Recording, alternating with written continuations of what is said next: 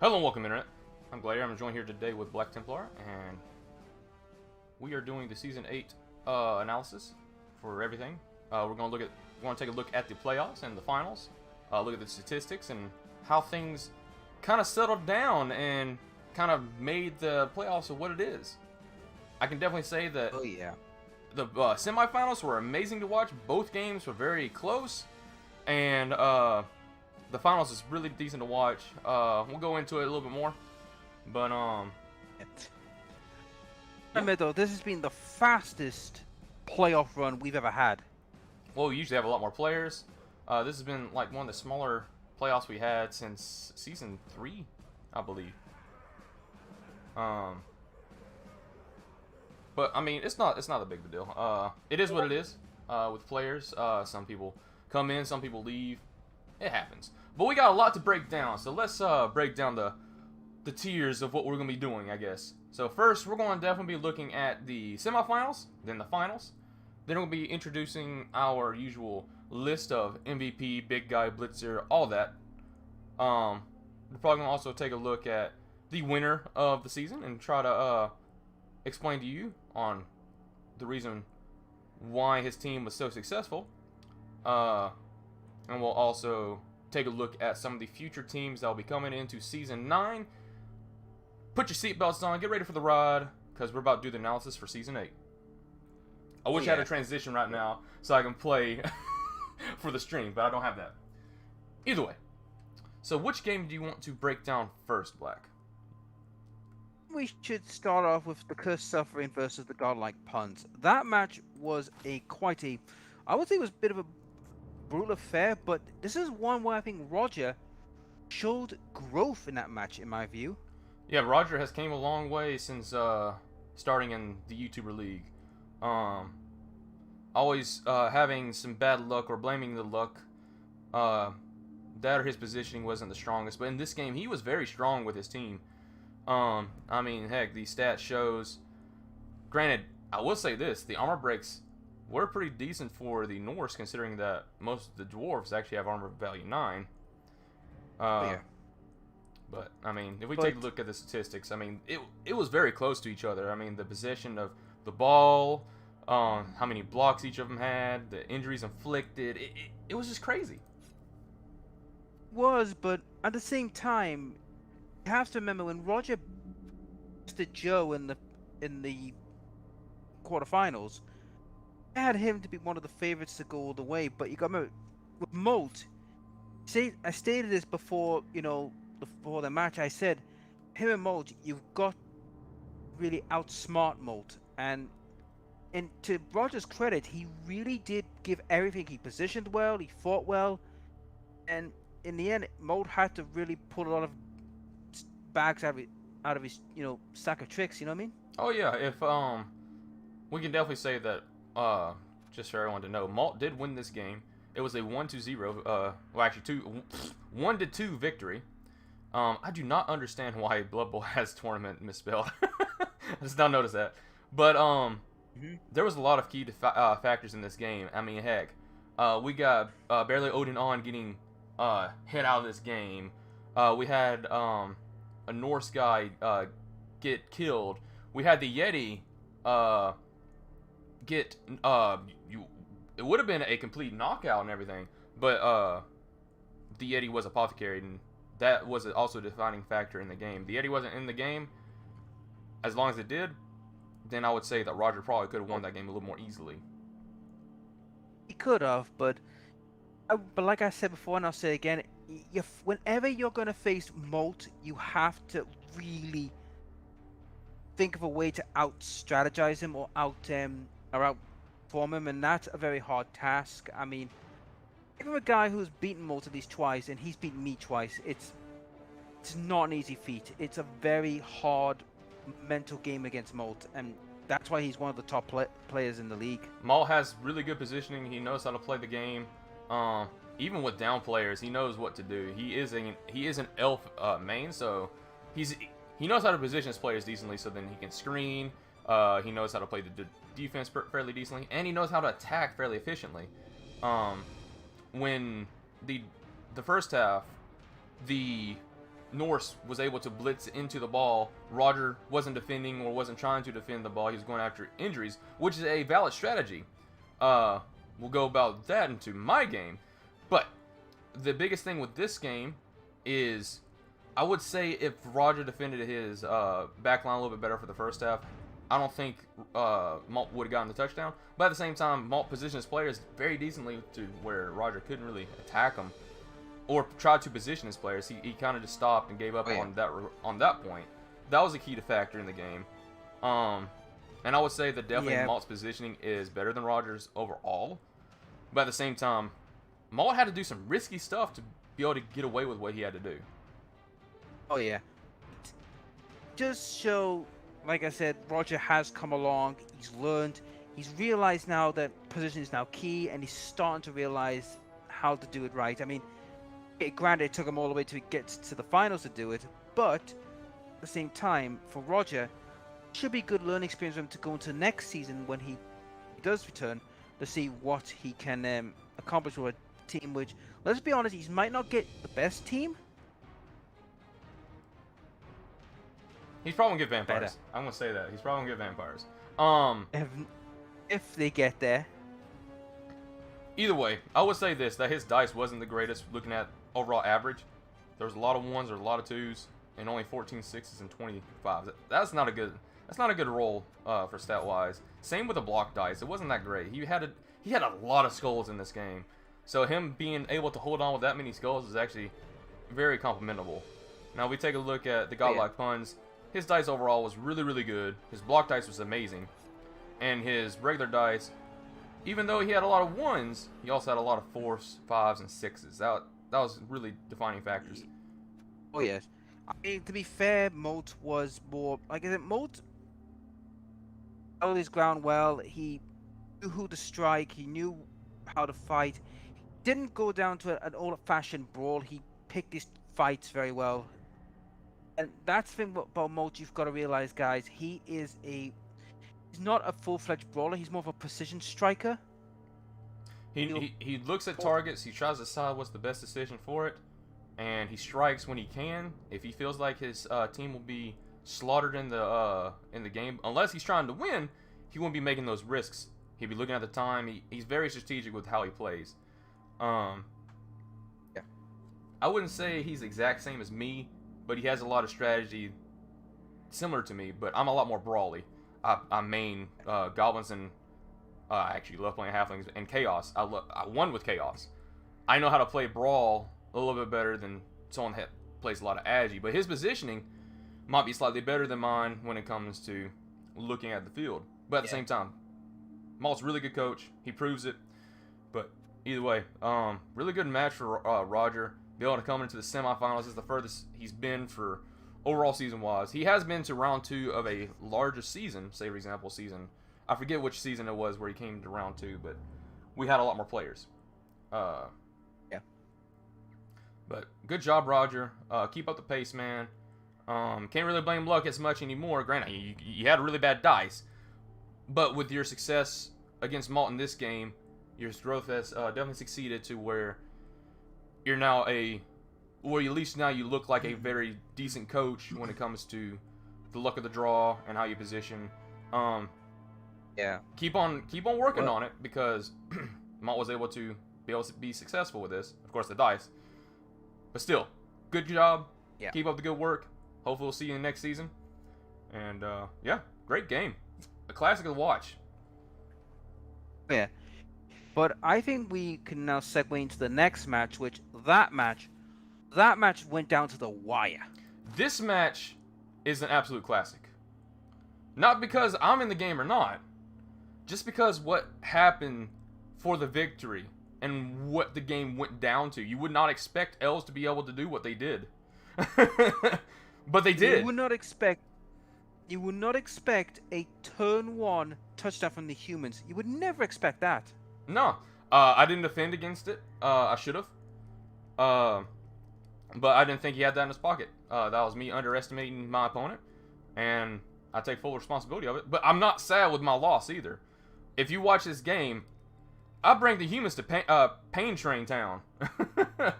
Oh yeah, and to be honest, that's what I felt kind of hurt Gale here. I mean, do not get me wrong, match between you two was a classic, and let's be honest, we've had many classics matches in the YouTuber League. We've seen many classics for very reason, but this one, I would say, this was a nail biter. It went down to the wire between you two of you, and kind of felt like I thought we were going to go to overtime here when we were like in the last turns, but then when Gale pulled off that last turn, that was just it was marvelous work from him. Oh yeah, he got the dice that he needed. If he failed one thing with any of those rolls, he would not have gotten that one-turn touchdown. And granted, the same thing, if I defended for the one-turn touchdown, he probably would not have gotten it, or it made it a lot more difficult. I didn't defend it. He got the dice he needed, and he was able to succeed with the one turn. He has sidestep, which kind of helped negate some of the factors of a lot of the chain pushes that you need if you don't have sidestep. But it takes a lot of skills to be able to do a one-turn touchdown, especially with the lack of players that he had. He also had to do a lot of ridiculous rolls. He had a 5+ pass to do, I think. 4+ or 5+, one of the two. True, and considering the fact as well now that one-turn touchdowns now reserved now for goblins, humans, ogres, snotlings, and overworld teams now because of the new rules in Blood Bowl 3. It's going to be a rarity to see these one-turn touchdowns now, and to be honest, I think people should savor the fact that this was done very well. Oh yeah, this one-turn touchdown would be able to be done in Blood Bowl 3. Skaven could do it, humans could do it, elves can do it. You don't need that many players. You just need decent dice. Well, yeah, but the problem is though, we are going a little bit off topic here, but in Blood Bowl 3 now, because the fact now that Skaven elves can no longer go higher than movement 9, and you can't get the sprint skill easy, it's, in my view, it is a pretty much going to be a rarity now to see so much touchdowns unless you are playing like gobbles or players. I wouldn't say it's that difficult. Get sidestep, get sprint with a catcher. That's just 2 skills for Agi. That's pretty easy to do. That's what he did. He had sprint and sidestep for his catcher, and he got a few pushes that he needed. And he was able to go down the pitch. So it's still very, very possible. You just gotta get decent dice. Now you can't do the flipping one-turn touchdown, not have to worry about doing any kind of chain pushes like Skaven. Get a movement up and then sprint, automatic touchdown. You can't do that anymore. Yeah. But what Galentio did in my game, you can do in Blood Bowl 3. You could, but it will require a hefty amount of luck. But Gale, I think the main we have to talk about is attrition really hurt him pretty badly for this match, for his future match. Oh yes. If we're going to dive in deep, for the first half, he was able to get a touchdown against me, and it was on my drive, so the ball was kicked to me and everything. He was able to get in the backfield, take down my ball carrier, but at the same time, I started trying to inflict pain against his team. Targeting key targets, bringing them down, and then fouling. I had the player advantage. And we had a bribe that was on the pitch. I was able to get the removals. And I got a blitz in the second half to actually maybe be able to tie quickly. It's a really good game to watch. You should definitely watch it. It's definitely probably one of the best games in the entire seasons. Classic. I would say another one is Formal. And I believe, was it you with the Orcs? Yep. That's another classic to watch. But this one is definitely set in the YouTuber League history as a great game to watch. I mean, the game show, or the stats show on how close it was as well. Even though the possession is, it is what it is.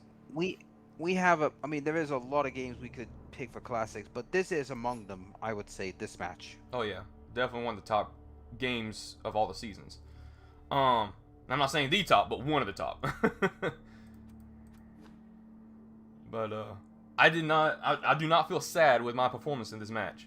The only thing I say I could regret is not defending against the one-turn touchdown. But at the same time, I didn't know he had it in his pocket. But if we take a look at the dice, overall the dice was actually really decent for the humans right here. 25 sixes, 19 fives, and only 18 ones. Block dice was average for him. Mine was really good. 34 sixes, only 19 ones, and only need 2 plus. Anything above 2, I'm great.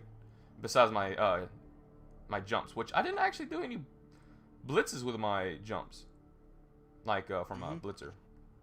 I mean, we also got to take the fact as well with Gale is that he is a brand new coach to this league, and the fact that he got all the way to the finals, that shows his pedigree and shows how good he really is. Well, he plays a lot of Blood Bowl. Just because he's new to this doesn't mean he's new to Blood Bowl in general. No, but he is his main team. To be fair, he plays humans as main.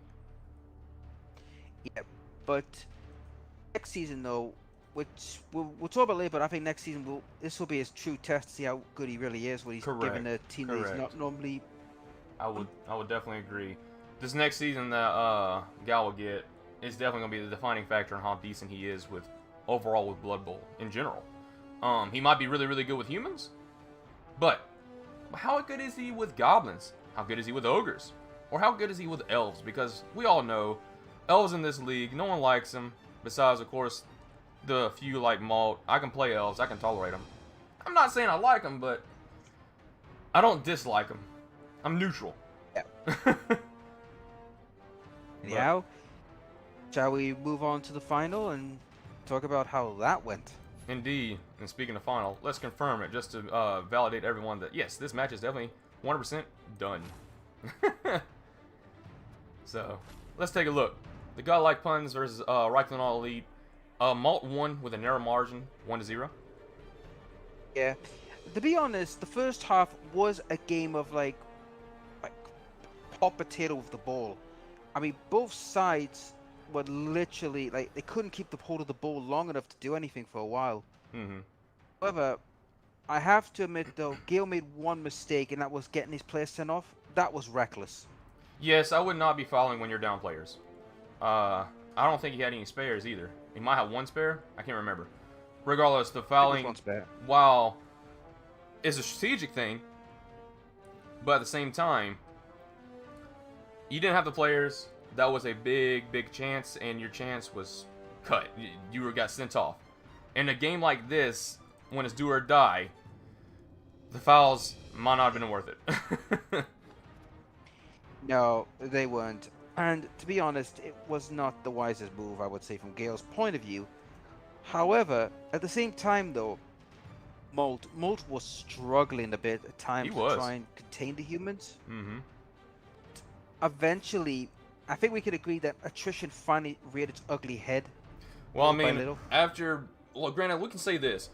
Both stars for both of the teams were out. CM Punk was out, and so was Odin, what you want to call him? I can't even say his name anymore.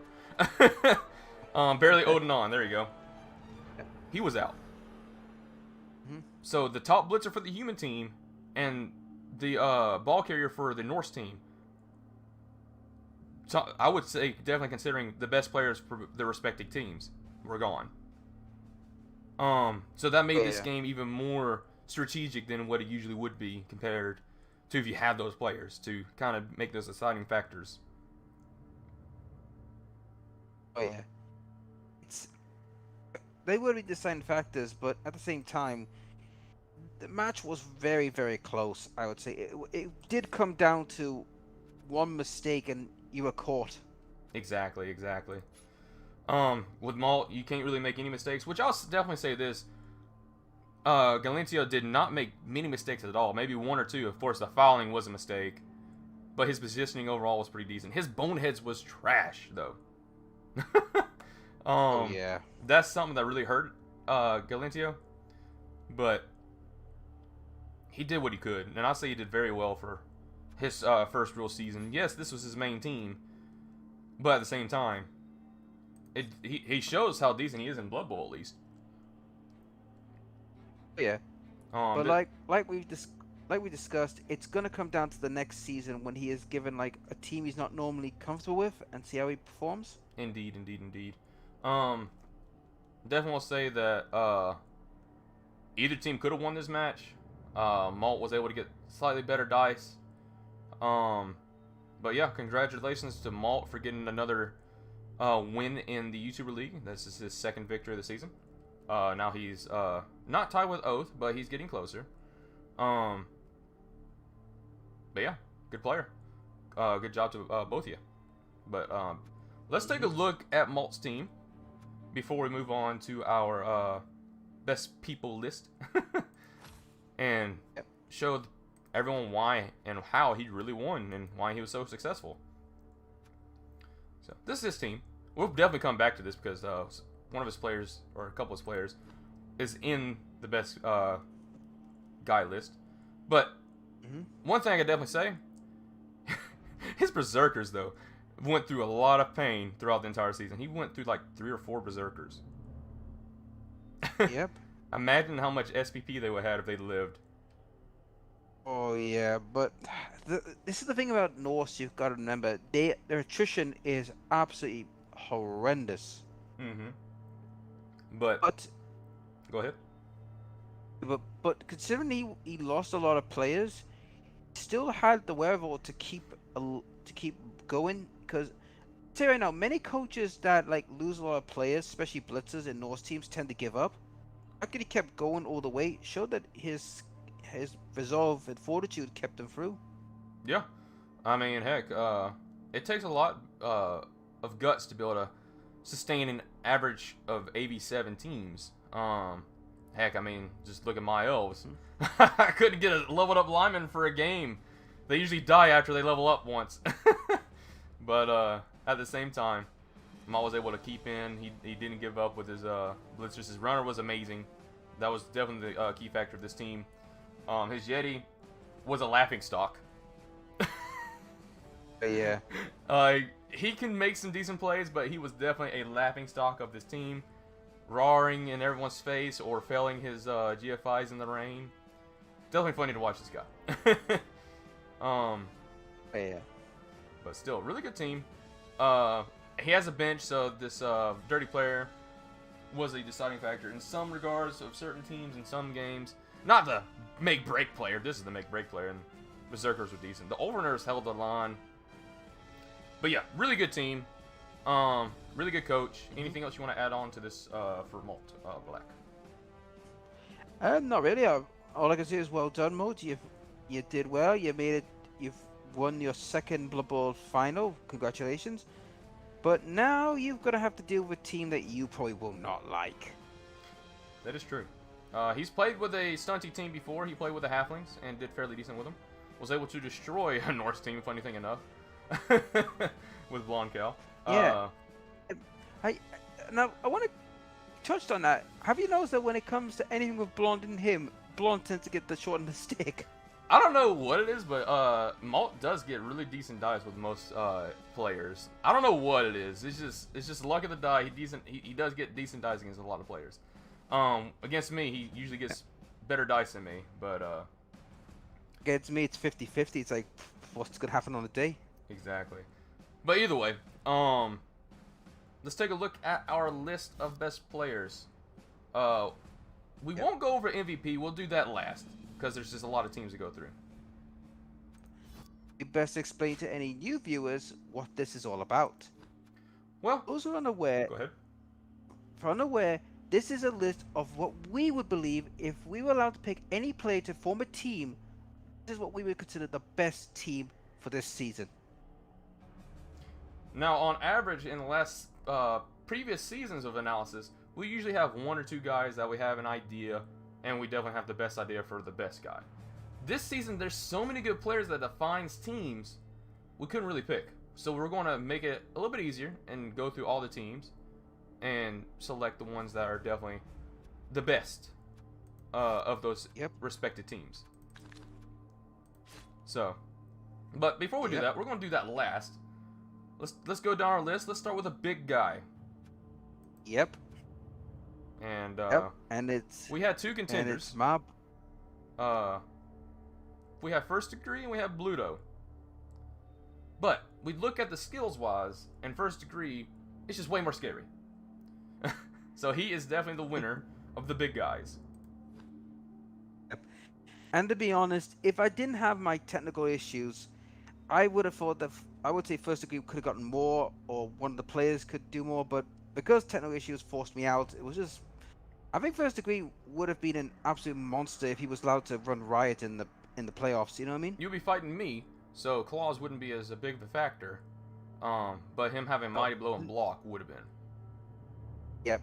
And also a strong arm, throwing goblins would have been a lot easier. Yeah, he'll give it a 1+ to the pass. Making it a lot easier for his one-turn touchdowns. So in that factor, this player it's just a good player. It's a troll. He could be stupid though. And when we fought last time, I was able to get him off the pitch. But that doesn't define this player. He just wanted to take a little nap. He's a really good player, very scary. Not many people want to fight him. Yeah. It shows. His statistics show. Oh yeah. He is one of the better big guys. I mean, offensively over big guys, but let's be honest. What are you gonna do against a troll that's got block, claw, mighty blow, and strong arm to hurl goblins at a decent rate? It's like, yeah, that's a bit of a problem.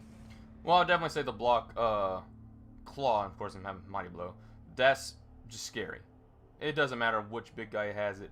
But the thing is, not all the big guys can get claws. Only with mutation access, players with mutation. So Chaos, Chaos Dwarves if they roll doubles, Nurgle, and Underworld, and Skaven can get mutations. Yep. So, only 5 teams. Yep, and considering getting more teams now joining the league, the new Blood Bowl leagues, so we could see more mutations flying everywhere. Oh yes, we'll definitely talk about our future teams that are confirmed. If we get more players in the next season, there might be more, but we'll definitely talk about that in a little bit. Either way, let's move on to the next category of blitzers, and we have 2 recommendations here. No. I'll let you say one, and I'll say the other. Blitzers, I've picked Mr. Sloop from the Orcs. Mr. Snout. The Fluffy Greens. Mr. Snout from the Fluffy Green. I mean, AG5 Blitzer with strip ball is just... It's just a guy who could just take the ball. There's not much you can do about it. Yeah, and the reason why we picked him, of course, he's AG5. Is he a killer? He actually has a kill. But he's just a defining player for this team. He's like a... he was a ball carrier. 100% of the way. He has a lot of his statistics that show he has 416 yards running. He has some passing, to be expected with Agi 5.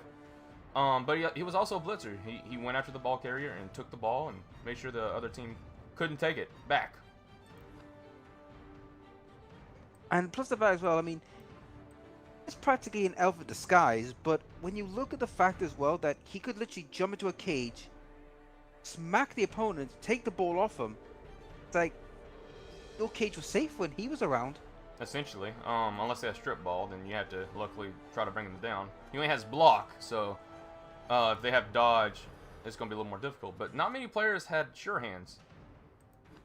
No, but you don't need it with this. I mean, that's the thing. The only people that sure hands reality-wise were people like the human throwers. I think you had one, didn't you?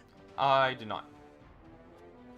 To be honest, this guy was a terror for blitzers. Like when he blitzed, it was like, right, where is the ball? Is it far away from him so he couldn't get a hold of it, or it was just like a menace because he could get out and like play the ball, or he could throw the ball, or he could get into a cage and smash the ball out of people's hands. He had the armor to defend himself. Just a good player overall. Yep. But either way, good job you swim building this guy, getting lucky with those rolls. Let's move on to the next one, which was Jaquez de Mula. These names, man. These names. Yeah. Roger, please, could you made it easier to say it? This is the wrong team. Dang it. Oh. There we go. Here we go. Yeah. It was the Strength 5 Bull Centaur. Oh yes. What more could you say? It's a Strength 5 blocking mighty blow Bull Centaur. Oh yeah, you think you're going to run away? No, my sure feet and sprint. So he essentially has movement 9 as well. Yep, and he's got block, so you're not going to knock him down that easy. And plus, being Strength 5, you need at least 3 players just to get him down. Yep, he was decent at doing some run yardage. He was able to bring people down himself. He did a lot of blocks. He's just a good player overall for this team. Oh yes, absolutely. There's no doubt about that. And Roger utilized him fairly decently in one of his matches. I would definitely say Cal's Dwarf is one of his strongest suits. So, yeah, good job, Yeah, Roger, getting this Bull Centaur to where he's at and the dice. Do you know what would be terrifying if he had gotten another like 5 points? He got like say I don't know AG3. That thing would be so terrifying. I would be literally scared. Oh yeah, oh yeah. He would be a very scary Bull Centaur at that point. Oh great, I got a bot. Bot in chat. Yeah. All right. Anyways, but that was the blitzers. Let's move on to the runners. We had a very fun running choices to pick here. Oh yeah, there was a lot of good choices for runners. Do you want to pick the obvious, or do you want to pick the inobvious? I'll pick the obvious, and that was Barely Holding On. What more could you say? Yeah, that was to be expected. It's the Norse leader of that team. He has some of the most running stats for the entire season, only beaten out by, of course, someone else we'll talk about in the future. But I mean, this player is just amazing. He has Agi 4. He starts off with Block, Tauntless, Dodge. Wait, does he start with Dodge? I think he does. No, they don't. They don't start with Dodge. Block and Dauntless. He gained that one. So I mean, a really good player. Yeah. And his stat shows. The stat shows. I mean, he was a nightmare to deal with, and taking experience, found it hard to bring him down. When I did bring him down, got rid of him, kind of hurt Molt's team. The fact is, this guy was very hard to deal with, and if you didn't specifically try to take him out, you were gonna regret it. Indeed, I agree. This player was a key target for enemy coaches to try to bring down. Because if this guy was out, his team still was able to do it, like win, but it's a lot more difficult because his ball carrying potential has been negated at that point. Because he has 7 movement, really fairly quick, above average. So he was a guy to definitely run down the pitch and be able to do something. He could pass because Agi 4. If he had a Berserker, though, still alive at least, because that was his passing targets usually. Now he would throw to lineman every once in a while, but I mean, yeah, he was definitely the deciding key player for most of the season besides the finals because he wasn't in there. Yeah. But To be fair, I mean, this was Molt's best player and easily a running back choice. As like I said, there was not many people who was doing great running work than him. yep, we do have one more player that definitely competes and probably exceeds for running wise, but he's in a different category. So, good job to you, Malt. This guy definitely deserves it. Good job keeping him safe and not dying like your berserkers. And let's move on to the next player, which I would say is a bit unexpected. Not many people will view this player as a really good runner because of his short legs, but it is Juice from Grimm's team. Yes, this was a surprise for us when you were checking out the stats. I was shocked to find out that Juice was pretty much in the running for best runner because we did not realize how quick he was running. He has 456 yards running. This guy was the go-to player to go down the pitch and score a touchdown. Yep. He has 8 touchdowns scored. Pretty decent for dwarves, considering they don't usually focus on the ball. He did a lot of blocks. Did some casualties. Yeah, really good, really decent player. Couldn't see him a whole heck of a lot because of Grimm not being in the playoffs. But for what he did play, really decent player. I mean, starts out with sure hands, thick skull, block. He got the tackle and leader skill. So he was a decent safety as well. Was able to throw sometimes. Yeah. But yeah, good player. He was a good player, and you couldn't argue with that. I mean, I was shocked that he made it, but hey, you find out when you look at deep in the stats, you realize, hey, hang on, this guy was pretty good. He was just unlucky. Yeah. Either way, good job to you, Grimm, and making this runner. So let's move on to our biggest category, and this can be a vary of big players, small players, just to define on what they did. But it's the linemen. And we really had a hard job trying to pick these linemen. Oh yeah, lineman was tough. Um, We managed to find our 4 linemen, and the first one, it was obvious one, which was brutal. being a big guy contender, not getting that, so best lineman was definitely the next coming up for him, and he was definitely the best lineman out of these 4, I would say. Oh yeah. The thing about Brutal was is he was a very beastly opponent. Let's be honest, right? A strength like 5 blocking mummy is not only terrifying. The fact that he has Mabel and God makes him a very good like center row piece. If big guy didn't have guard or block, he was the next best option. With mainly because he doesn't have any negative stats, the block was just amazing. He got the block fairly decent, like early. He had another one that died again. Yep. By a funny thing, in Thanks to first degree. Yep, first degree. Went up to him, slapped the other one out of the way to try to get the blue one, killed him in the process. Indeed. He was not a runner.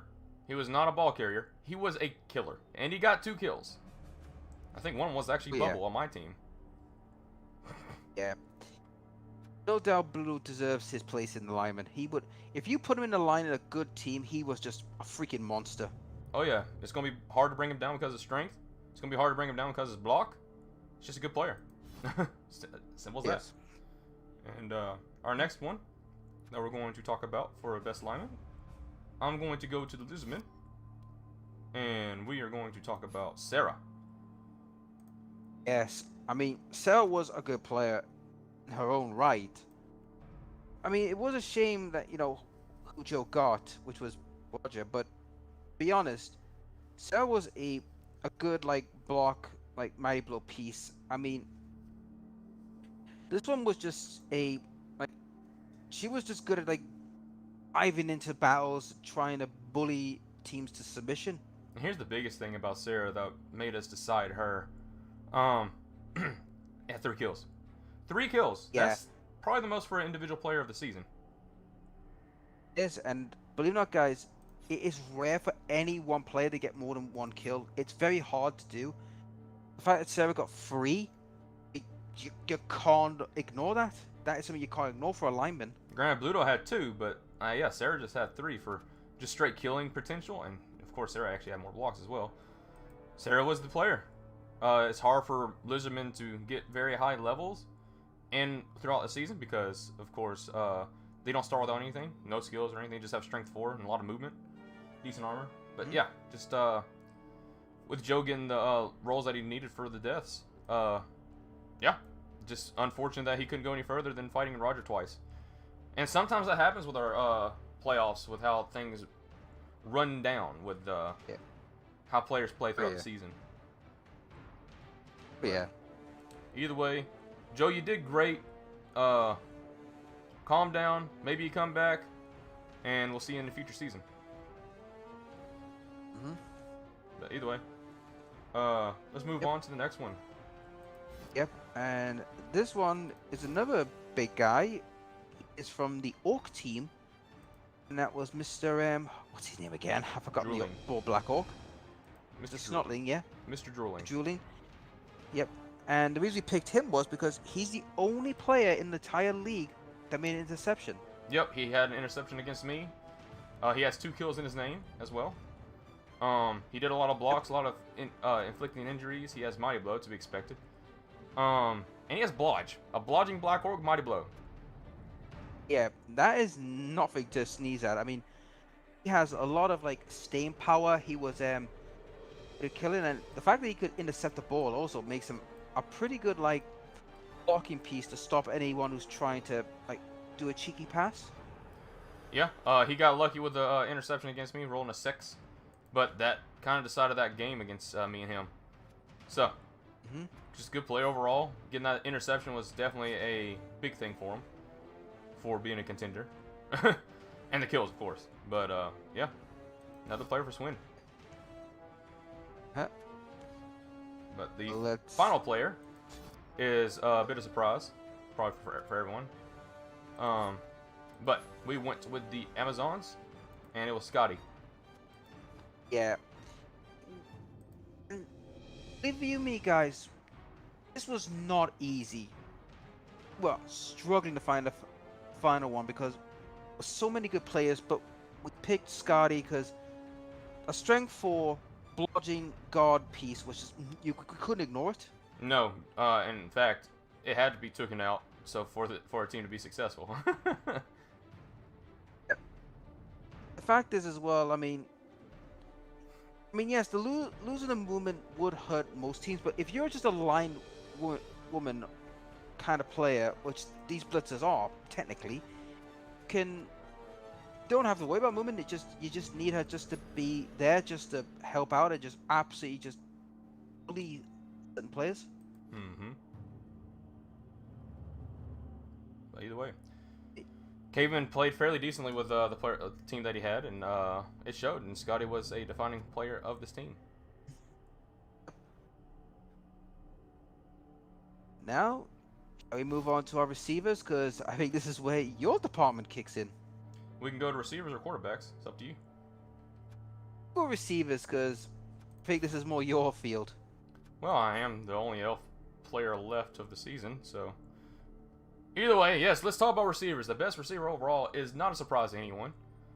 With the most successful catches, the most amount of running in the entire season is Vase. Yeah, we couldn't argue that. Vase was just ridiculous. It's just his amount of receivers he had was just ridiculous. I mean, okay, he has catch, nerves of steel, dodge, block, power value, and sidestep. I mean, this guy was going to be a nightmare to bring down, and plus that being AG4 as well, he has more like grabbing power. Of nerves of steel as well means that he will not suffer any penalties. It's just a hard receiver to pin. Very difficult player to pin down. I mean, heck, if it wasn't for Vase, and of course another player that we'll talk about, I would not have won my match against Scythe.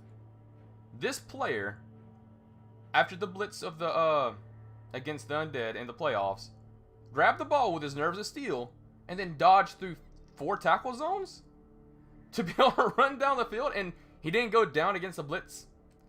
That tells you everything about how great this receiver was for me. Oh yeah. And it will be a lot more difficult to bring him down compared to another catcher, because he has armor value 8. Yep. And this was a bit of an interesting one, which was our friend from the human team from the All Right Elite, Mr. Orange Cassidy. Yeah, Orange Cassidy was definitely another great receiver of the season.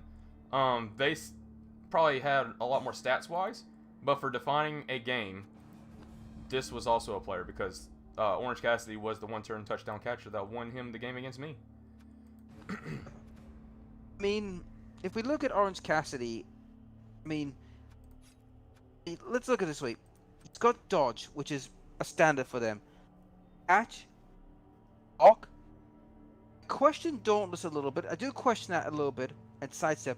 I would have gone with sprint in my honest opinion, but the thing is, though, I mean, that is a very good, solid receiver. I mean, catch is always a good skill to have on these guys to make sure that even if you fail the first attempt, you've got a second shot. Indeed. Course catch is usually a defining factor for receivers, and with Orange Cassidy, it was like if he didn't have Orange Cassidy in the final turn against me, he would have lost straight up. He didn't have sidestep. He didn't have enough players. This was the defining factor of that game, and of course, me not defending against one-turn touchdown. But with all respect to you, Orange Cassidy is a receiver that had the stats to back up his position as well. Yes. I mean, Absolutely. 13 successful catches and everything. I mean, I think Phone, like I said, just had better stats overall in general, just because and is an Agi 4 piece with catch and nerves of steel. I just want to double check. That's why I'm going back. Yep. Yeah, I had 20 successful catches with Vase. Kind of to be expected with catching nerves of steel. So even if he was right beside someone, he's going to catch it on 2+. Yeah. And speaking of elves, let's talk about the final position, quarterback. Actually, we had another factor here. There was a human that was going to make it and then died. Oh yes. Before we name that, well, let's give a little honor to two players who, to be honest, could have been big guy and quarterback respectively. They're dead. Yeah, they're dead. When you're dead, you can't really grab a trophy with a win. However, if you only get injured, you still can. And the thing is, our defining player is Phone. It's to be expected. Even with him having armor value down, I would have still played him for the next game. It's going to be hard to bring him down. Yes, he has armor value 6. Whoop-de-doo. 1 down 7. Whatever. I'm an elf. He's still going to be passing like nonsense. Yep. And thing is, though, for those who are unaware what we're talking about before about the quarterback, there was a quarterback we had an eye on that could have been number 1, but unfortunately, he got a shovel up the rectum and died horribly. Did you fall him to death? Well, that's what happened. It wasn't really a shovel, it was more like a foot. What was a shovel? He used the shovel to stick it into his backside and he killed him. Oh gosh, that was definitely a rectum tour, wasn't it? Yeah, and the one we're talking about is Daniel Bryanson from All Right Elite. He was, I'll be honest, he could have took the whole thing, but unfortunately he died, so your player took the quarterback spot. Yeah, my player didn't die. Granted, I think he had better stats than Bryan Danielson overall anyways. But, I mean, it doesn't matter. Bryan is dead. Yep. I mean, and it shows. Phone has the most passes in the game, or this season, I should say. He has a lot of yards running, 126 yards passing. He did do some, a little bit of damage to the enemy team every once in a while. He had 5 injuries inflicted. Yeah. I mean, heck, we just go to the Hall of Fame for Season 8, and we go to the best passers. Throwers. There we go. Where's this guy? Hook. I don't remember this guy. But he's not there. This is definitely... What's paper there? Best passer. Oh, I'm looking at the wrong one. I'm looking at the playoffs, not the overall. Here we go. Here we go. Let me get that right. There's paper again. This is wrong. I'm not backing up my own stuff. But anyways, Phone was definitely the deciding factor here. He has the most passes and everything. But either way, that is everything but our MVPs and our funny joke one. Yeah, and we did the funny joke one. We do have to give one more mention to another player who could have been a big guy or lineman, but unfortunately he died a very horrible, painful death, which was a sharp kick to the groin by a Norse boot. That was Ketchup. Oh yeah, Ketchup was definitely a great big guy or lineman overall. He did have a clone, and was still a defining factor of that team. But when you die, you technically lose ownership of that name. Yeah, technically. Oh, here we go. It wasn't, like I said, it wasn't bad, like I said, but unfortunately because, you know, that match between the Ogres and the Norse was so brutal. Shame really that Ketchup didn't make it, though. Poor Blonde, man. He always fights Malt, and Malt bullies him to death. Oh, it can't be helped. I mean, this is Malt we're talking about. He does bully the poor kid about. He destroyed his team. Granted, new Ketchup has a kill. Old Ketchup, I think, had like 2 kills. Old Ketchup was a pretty good player. I mean, he was a beastly brute, but fortunately, it was just not to be. Not to be. Yeah, he died. I can't even look at his old stats. But either way, do you want to do our joke thing, or do you want to go through MVPs of each team first?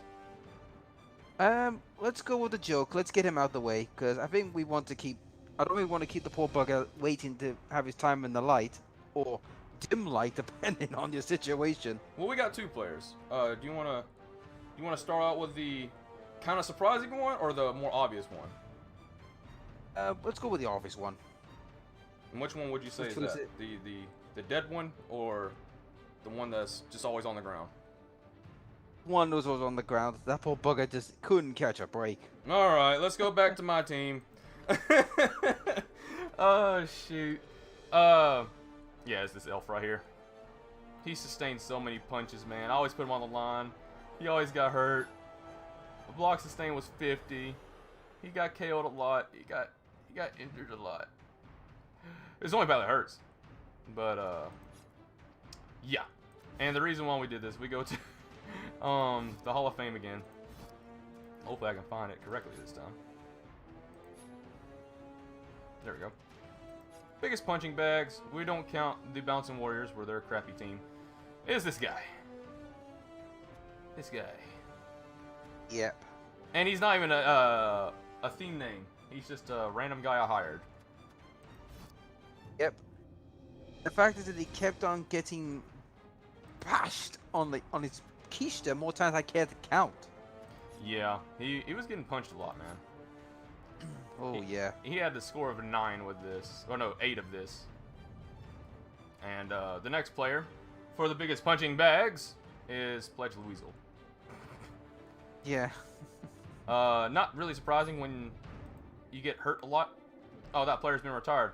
I can't look at his stats. So that's how much of a punching bag he was. Oh, yeah. He had block, I think, but... Or no, he didn't. I just know he had a movement down. But he was definitely on the line for Scythe's team, getting punched all the time. Oh, yeah. But either way, let's look at the teams now for each individual leader or their MVP. Usually we will have an individual one, but since there were so many good players for each of the teams that defined their teams, we did it this way. Yeah. So. Okay, let's start us off. Sure, let's start off with the list and let's go with the dwarves. You think, if he died, then he deserves even more. Oath said that Pledge Weasel died in his last match. If he did, then, well, we're not taking that one back because that's for punching bags and it's a laughing stock. I would put the Yeti in the laughing stock category, but he wasn't a punching bag. He did the punching, but he just kept on falling on his feet. Oh, yeah. Let's start with the Mini Sons of Anarchy. This was hard. There's just so many good players, but... I'm gonna go with my opinion, Tig. The reason I'm picking Tig, because he was doing most of the ball handling, the passing, moving the ball up the field, so that Juice could get a, motor down the field. I can see where you're coming from. You know what I mean? I can see where you're coming from. But, if I'm wanting to find someone, for this one, I'll probably go with Juice just because it's the best runner in the game. Yes, Tig did kind of help out Juice, but I just feel like Juice was the better player and kind of can actually help out with being a safety as well with the tackle. Oh yes, it goes without saying. Goes without saying at all. But either way, that's who we think the leader or leaders are for this team. Let's go on to the humans.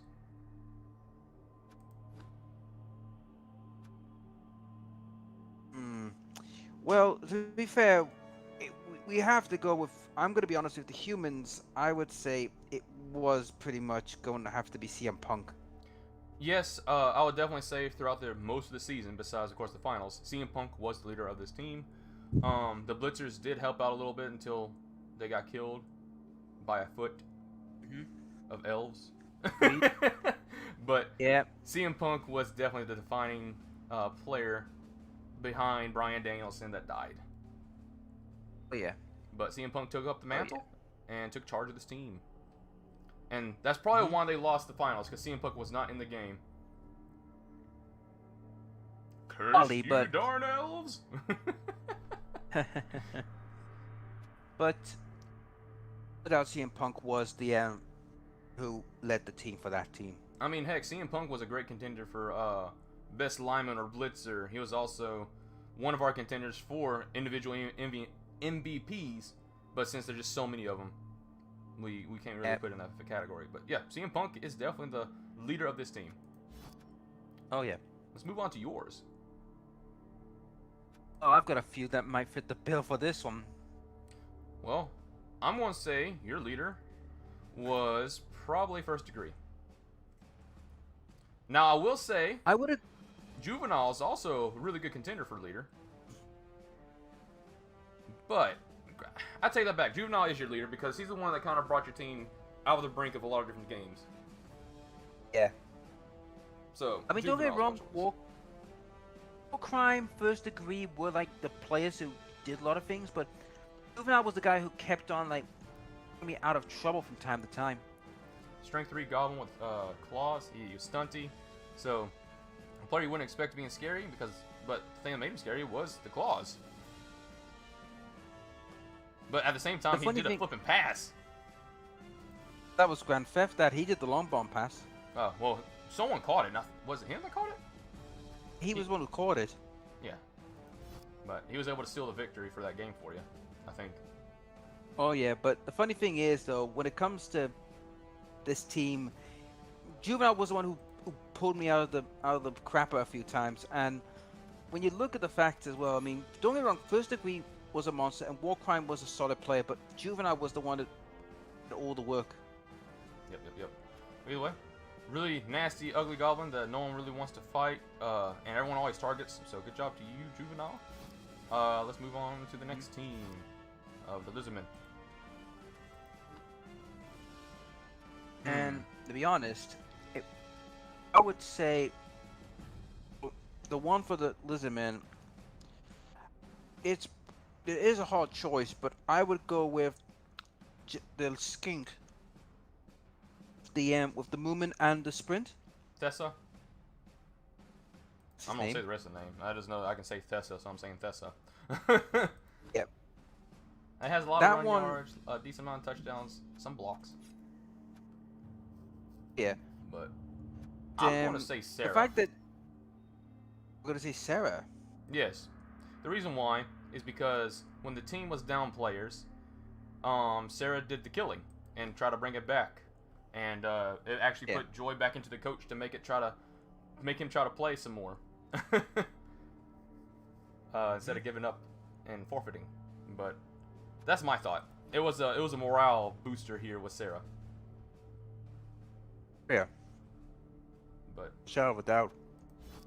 That's who I think the leader is, and you think the Skink is, just because of the potential of scores, which I can agree with that in some regards. But for just morale and strength of the team wise, Sarah, I would say, is definitely the leader for me in this team.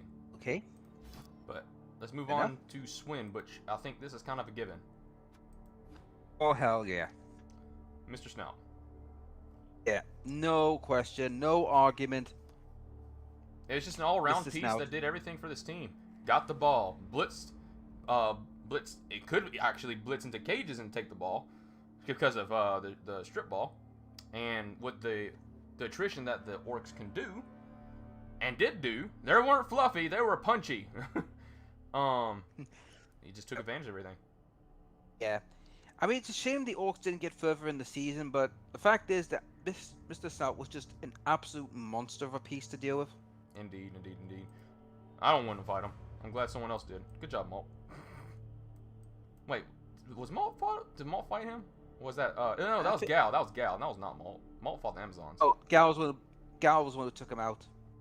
And that just shows his skills for this season as well with the humans.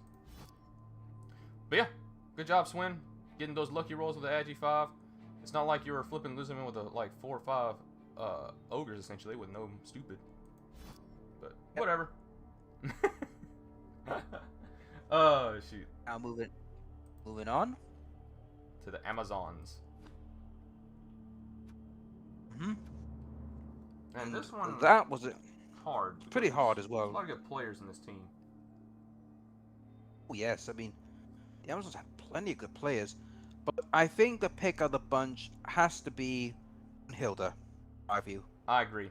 It has the most stats on this team. It actually killed something. It has a lot of other stuff, including even has touchdown scored. It's just 3 MVPs too. It's just a good player, good piece, and did the work that Caveman wanted for the team. Oh yeah. Don't get me wrong, Scotty was a good player, but Brunhilde was the player that made or break this team sometimes. Yep. And of course, Freya did a lot of work too, but just for stat wise. Oh yeah. This player. Yeah, Freya did a lot of work, but I think Brunhilde just pipped them by a post because Brunhilde did a lot of more physicality than the other player did. Indeed, indeed. All right, but yeah, good job, Caveman. And next we got the Kimry, which is also very hard to pick because there's no real key defining players besides maybe this Thora. True, but if we look at the team, I would say the one I would Asma. I would say, to be honest, out of the two Thoras, I would go with the one with the agility up because an agility-free Thora is he could do more work. Yeah, that's the one I'm Don't saying. get me wrong. I mean, Miasma, don't get me wrong, Miasma was a very good blitz piece. He has a niggle But now. it's got a niggle, but I still say the AG-free Throw was a better piece and a team leader. Yeah. Of course, the Tomb Guardians did their stuff, but... And of course, Hollow Earth was actually a really good player as well. But just for defining the game and making a thing that could potentially do something, American Dream with Agi 3, Sure Hands, it's going to be easy for this piece to be able to actually hold on to the ball and do some stuff, even though his stats don't really reflect it. Oh, It yeah. kind of does. It has 126 runs, but this is Kimry. They're slow. Whatever. Yeah. Speaking of which, should we move on to another dead team? Not really dead. It's my team. The undead. You want to go to Don't side? get technical. Yep. Oh, okay. We'll just skip over those teams right quick. Hmm. Alright. Who would you say the leader is here? Oh, the leader of that team, in my honest opinion, is Bluto. It's either Bluto or Old Will. They're the two I would say are the contenders for it. I would say Bubble, just because he was a former elf of another team or anything. No, I'm just joking. No. I'm just joking. Yeah, I would say Van Wild. Yeah, Van Wild, yeah, that's the name. I can't see the picture, guys, because like I said, I don't have Blood Bowl and my PC still down, so I'm relying on the stream. But the reason Van... why I say Van Wild is because he died twice and said no to death. I'm coming back into the game. F you. Oh yeah. I think the also problem was the only question I've got against Scythe was the Pylon. I would have gone with Tackle instead of Pylon as the next skill, but hey, the fact that he was a good piece, he did a lot of work, he was a decent player. He did the swan dives to kill people, man. Yeah, but I normally wouldn't pick Pylon for certain players unless I have like skills that could complement them. Well, I don't disagree with the Polygon. Granted, guard Pylon's not that great of a combo, but he was making it into a kill piece as well as a help out piece. But I think he's a good player. Like I said, the real reason why I say he's the leader is because he technically died twice in the same game and just said, F you, I'm not dying. And that was bloody funny, I have to admit that. So it's like a morale type of thing again. Granted, Bluto was a very decent key piece to keep the center or whatever location was to hold the line, but Van Wild was a deciding factor of this team. The ghouls just kept on dying, and the game against me kind of showed. I'll be fair with the ghouls, they like you said, they kept on getting injured and dying. But that's the occupational hazard for a ghoul. Indeed. Either way, good job, Van Wild. You deserve it. Alright. Who do you want to go with next? Let's look at you. My team? My team's going to be hard to kind of figure out a leader. Oh really? I think I know which one would be the leader. Which one? But once I see your team, the leader in my view, that belongs to Vase. Base? And the reason I'm saying that is because everything Vase did, he was just like center of everything that happened, like moving the ball, pass interference, getting the quick cheeky hit. He was just a player that you just couldn't keep still, and he was moving the play along for your team. I would say Vase is a really good player on this team, but if I'm gonna say leader, I would say Sploosh. Sploosh, huh? And The, why is that? the reason why I pick Sploosh is because he is the player that can help me make or break a lot of different plays. He is a cage diver. Mm-hmm. He has armor value 8, and he has blodge with tackle. So you're not safe unless you have a lot of guard. But even then, I'll still dive in if I need to. And he was the player that made or break my team. Of course, Vase did the same thing as well, but if it wasn't for Sploosh to be able to jump in, period, against that ghoul, I would not have gotten the touchdown with Vase. And plus, it's hard for many teams to be able to say, what am I going to do for a cage, or what am I going to do for the ball, when there's a leap piece with tackle and blodge. And of course, you couldn't never surf him unless you surrounded him. I've grab. And a grab could cancel it, but it doesn't mean you can surf him. But of course, that's what I think. I still say Vase is definitely a good contender for leader as well. But that's who I think was definitely the deciding factor of most games for my team. Fair enough. But either way, let's move on to the next one. Let's go on to Norse, which we kind of already know the obvious for this one. Yes, it's obvious, guys. There's no contest on this one.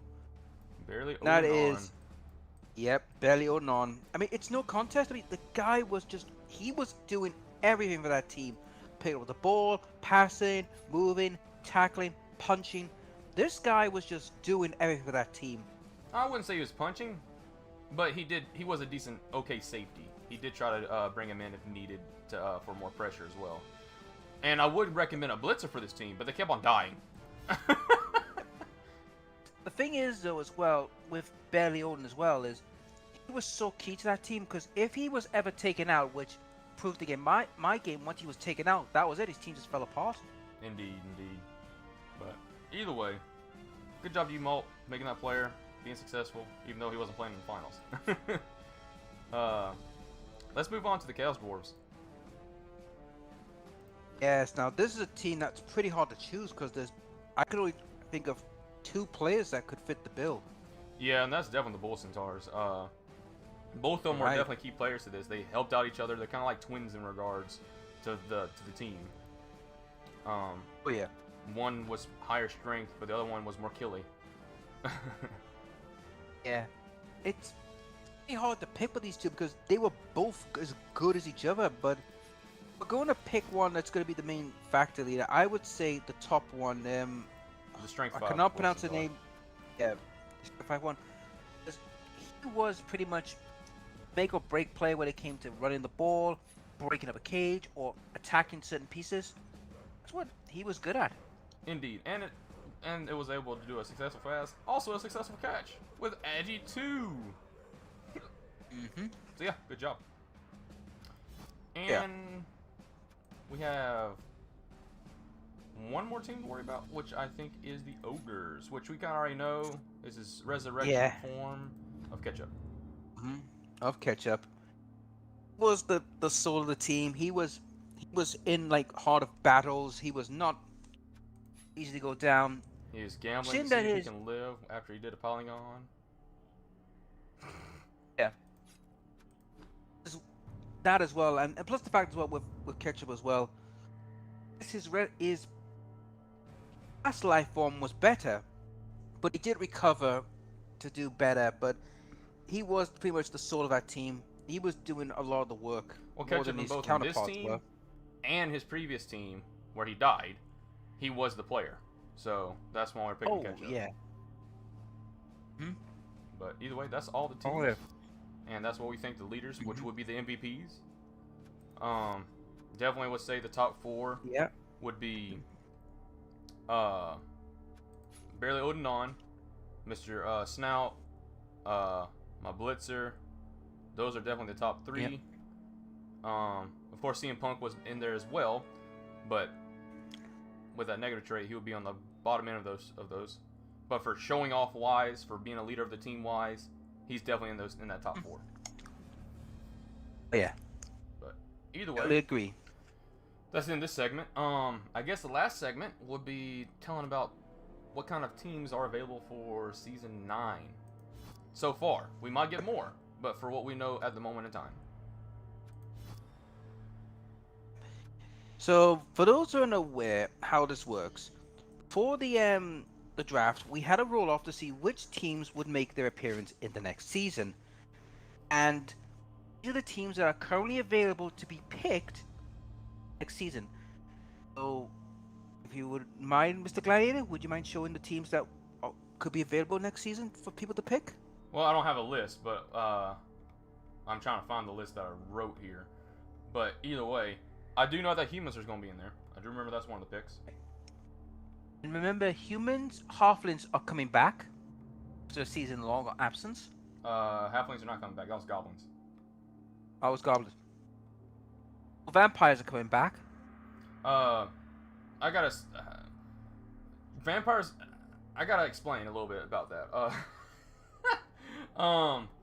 It's more of a deal with me and Roger.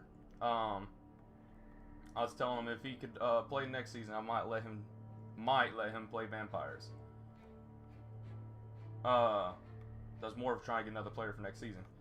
However, yep. I had to talk with more of the admin team to really validate it. That's why I said might. Right. Here we are. I found the list on Discord. I found the list. Okay. So this is the teams that we have so far confirmed. We have Norse, Northern Union, Lizardmen, Amazon, Underworld, Khemri, Ogres, Necromantic, Kislev, Goblins, Wood Elves, High Elves, Halflings, sorry, Tonians, Skaven, and Vampires. Yes, you're correct, Oath. That's not right. That is not right. Because remember, we got to select a certain amount, dude. Yeah, but those are the 15 we've got so far because we added 3 spares in case we had more coaches to join in. I didn't roll that. Where do you... Well, I don't know where you're getting that from, dude. Didn't the draft rolls one? Did that one a week ago? No. That's for the roll list to get. That's not the confirmed teams. But that is the pre at the moment. We don't have the full yet. We got wait till find out who's going to be joining the leagues, isn't it? I gotta find a list that I did, so then you can definitely know what I'm talking about. Give me a second, everyone. I will definitely find it. But we can pretty much safely say it's going to be interesting to see what certain people pick because if anyone has watched the drafts that we have, we'll guarantee there'll be some weird picks coming up. I mean, we've seen multiple times over the seasons. Indeed. It's gonna be a lot of weird picks. Here we go.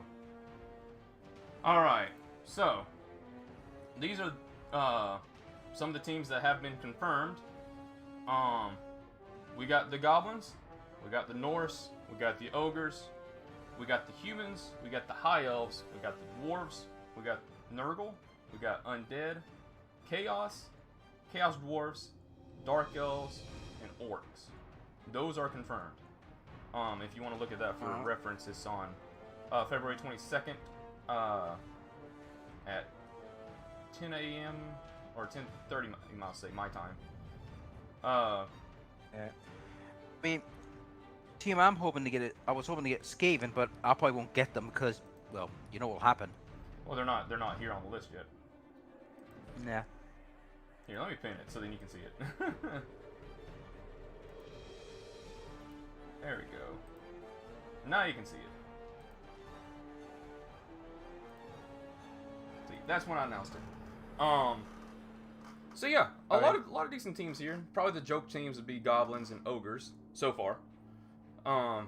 Higher tier teams for Blood Bowl 2 is dwarves, chaos dwarves, any elf team, so dark elves and high elves, orcs.